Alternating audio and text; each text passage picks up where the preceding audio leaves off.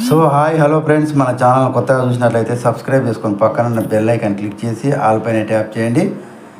తెలంగాణలో ఎల్లుండే రైతు రుణమాఫీ రేవంత్ సర్కార్ కీలక ప్రకటన. రైతు రుణమాఫీపై రేవంత్ సర్కార్ వేగంగా అడుగులు వేస్తుంది. నిన్న గైడ్లైన్స్ ప్రకటించిన ప్రభుత్వం తాజాగా మరో కీలక నిర్ణయం తీసుకుంది. ఈ నెల 18న 1,00,000 వరకు రుణాలను మాఫీ చేయనున్నట్లు ప్రకటించింది సర్కార్.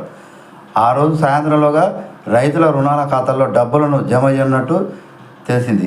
అదే రోజు రైతుల వేదికల్లో ఈ రుణమాఫీ లబ్ధిదారులతో కలిసి సంబరాలు నిర్వహించాలని నిర్ణయించింది సర్కార్. ఈ సంబరాలకు మంత్రులు, ఎమ్మెల్యేలు, ఎమ్మెల్సీలు, ప్రజాప్రతినిధులు హాజరుగానున్నారు. రుణమాఫీ నిధులు పక్కదారి పట్టకుండా బ్యాంకర్లు స్పష్టమైన ఆదేశాలు జారీ చేసింది ప్రభుత్వం. రుణమాఫీ కోసం ప్రభుత్వం విడుదల చేసిన నిధులను ఇతర శాఖల్లో జమ చేసుకుంటే బ్యాంకర్లపై కఠిన చర్యలు తీసుకుంటామని కూడా రేవంత్ సర్కార్ ఇప్పటికే హెచ్చరికలు జారీ చేశారు. తెలంగాణ రైతు రుణమాఫీకి రేషన్ కార్డు నిబంధన పెట్టడంపై కొంతమంది రైతుల్లో ఆందోళన వ్యక్తం అవుతుంది. రేషన్ కార్డు లేని వారు తమకు రుణమాఫీ కాదేమోనని టెన్షన్ పడుతున్నారు. ఈ నేపథ్యంలో ఈ రూల్స్పై సీఎం రేవంత్ రెడ్డి క్లారిటీ ఇచ్చారు. భూమి, పాస్బుక్ ఆధారంగానే కుటుంబానికి 2 లక్షల పంట రుణం మాఫీ చేస్తామని స్పష్టం చేశారు. కేవలం కుటుంబాన్ని గుర్తించడానికి మాత్రమే రేషన్ కార్డు నిబంధన తీసుకువచ్చామని కూడా తెలిపారు.